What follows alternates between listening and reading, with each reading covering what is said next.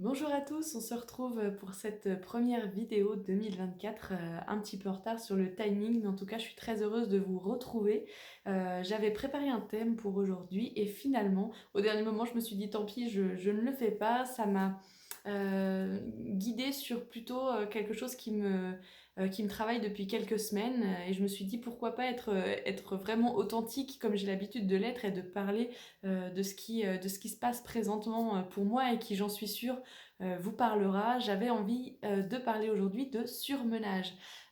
Surmenage quand on commence à être dans cet état où on est de moins en moins patient, où on a beaucoup d'informations dans nos têtes, des to-do list à rallonge, et puis on a beau prioriser, on se rend compte qu'en fait il y a beaucoup de choses qui sont prioritaires et on commence un peu à se noyer dans tout ce qu'on a à faire.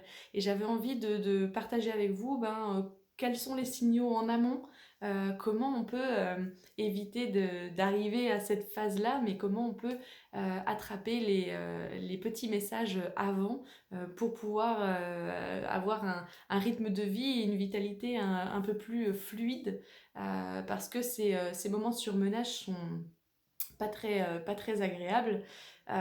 Et puis on parlera aussi du soutien des plantes qui peuvent aider pendant ces moments-là.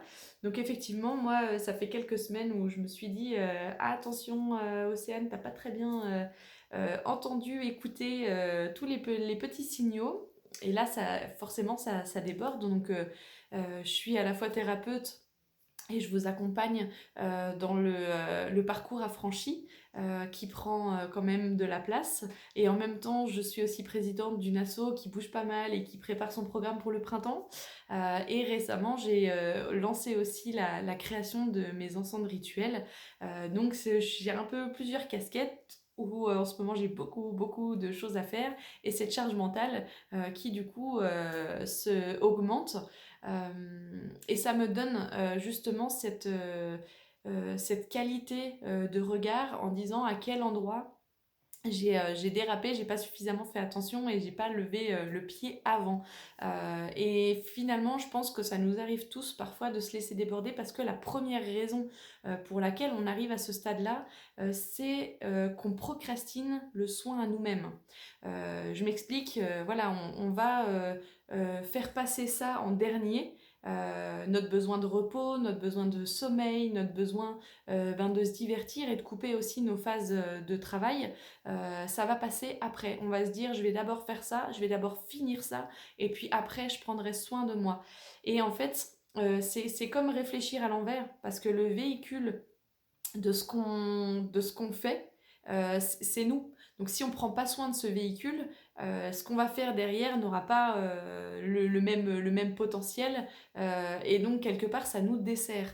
Donc l'idée c'est vraiment de pouvoir dans un premier temps regarder à quel endroit on prend soin de nous, à quel endroit on prend pas soin de nous, et puis essayer dans notre quotidien de impérativement se caler des moments comme ça de coupure ou de bien-être, que ça soit de prendre 10 minutes pour prendre un thé, une méditation du matin pour commencer la journée, et je m'adresse surtout aux auto-entrepreneurs, donc que je suis moi-même, où on se rend compte qu'il n'y a pas vraiment d'heure de début et il n'y a pas vraiment d'heure de fin. Donc c'est aussi un premier deal avec nous-mêmes de se dire, bon ben je commence pas avant cette heure-là, et par contre je finis à cette heure-là, après il n'y a plus de boulot. Donc on sait très bien comment ça se passe, il y a toujours des débordements, il suffit pas de se dire ça dans sa tête et c'est ok, on a des impératifs, ça c'est sûr.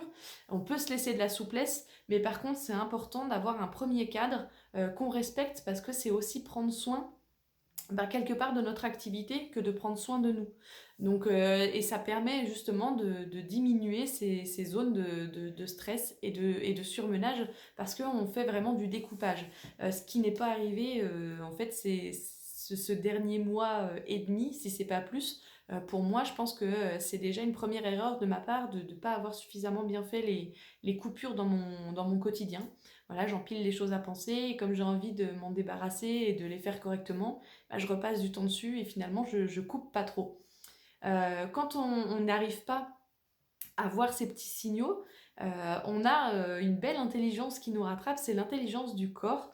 Moi, j'entends des amis parfois qui me disent: «Oh là là, j'ai bossé 3 semaines comme une dingue et puis j'avais encore ça et ça et ça à finir et pas de bol, j'ai eu, vraiment un super rhume qui m'a cloué pendant, 1 semaine au lit». Oui, logique, ou c'est de la synchronicité ou un hasard ultime, mais finalement le corps, lui, sait dire stop quand c'est trop et quand notre mental n'est pas capable de le faire. Donc il y a aussi cette intelligence du corps, des petits signaux qui vont nous alerter que là, du coup, il serait temps de lever le pied, notamment le sommeil qui devient pas terrible, pas très réparateur, la baisse de vitalité, mais aussi le temps de focus et de concentration qui réduit, c'est aussi un signe. Moi, je sais que quand je suis vraiment fatiguée et que j'ai un peu débordé, la qualité que je donne à une conversation en termes d'écoute ou même de compréhension, elle est fortement réduite parce que j'ai pas la patience, je suis fatiguée et j'ai un peu du mal à suivre et à être patiente. Donc il y a aussi cette intelligence du corps qui va nous dire, en fonction de notre sommeil, en fonction de ce qu'on mange aussi, en fonction de notre rythme de vie, si c'est OK ou non. Et ça rejoint un thème que j'aborde avec vous dans le parcours affranchi, qui pour moi est un thème essentiel, c'est le oser dire stop et oser dire non. Entre parenthèses, j'insiste toujours pour pouvoir dire oui. Et en fait, le surmenage rejoint vraiment complètement cette thématique-là. C'est à quel endroit je réponds à mes besoins, à quel endroit c'est juste ou pas pour moi. Et on peut faire le test, mais chacun, je pense, peut avoir un événement en tête. D'une décision pas prise à contre-cœur, mais prise en tout cas dans cette spirale un peu de surmenage. Et le résultat souvent n'est pas bon parce qu'on n'est pas aligné à ce moment-là, parce que ça résonne pas juste, parce qu'on n'est pas concentré dessus, et parce que ça dit pas pleinement oui. Et bien souvent c'est des décisions qui ont été un peu foirées, que ça soit perso ou pro. Mais si on regarde bien, je pense que vous trouveriez au moins un exemple à ça, qui dit ah bah là voilà, je sais que je l'ai fait en n'étant pas vraiment en lien, en n'étant pas vraiment reposé et en étant sans dessus dessous dans ma tête, et forcément derrière ça fonctionne pas. Donc j'avais voilà envie de discuter un peu de ça avec vous.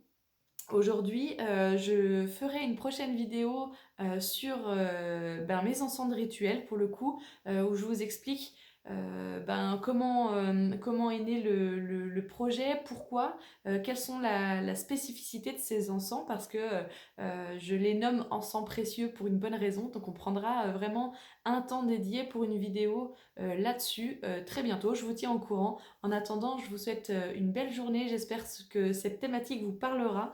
N'hésitez pas à laisser des commentaires si vous avez des tips qui sont propres à vous pour gérer justement toutes ces petites périodes de stress et de surmenage. N'hésitez pas à nous les partager. Et puis, comme je vous le disais, pour terminer, on a aussi vraiment l'appui de certaines plantes, donc toujours à vérifier avec le médecin. Je rejoins mes vidéos précédentes, hein, je ne suis pas naturopathe et je ne suis pas médecin. Mais par exemple, le ginkgo biloba en bourgeon ou en phytothérapie est vraiment conseillé pour la concentration. Voilà, je me rappelle que quand je travaillais à la Biocop, on avait pas mal de personnes qui venaient nous en chercher parce que ça aide à la microcirculation cérébrale. Et notamment, j'avais des joueurs de Scrabble, donc qui faisaient carrément des championnats, hein, des tournois, qui venaient me chercher à chaque fois du ginkgo pour vraiment la préparation de leur compétition. Donc voilà, on peut aussi penser aux plantes qui sont vraiment des beaux alliés dans ces périodes de surmenage, de fatigue, et notamment pour notre circulation cérébrale et pour que ça soit un peu plus fluide. Voilà, je vous souhaite une très belle journée, je vous dis à très bientôt.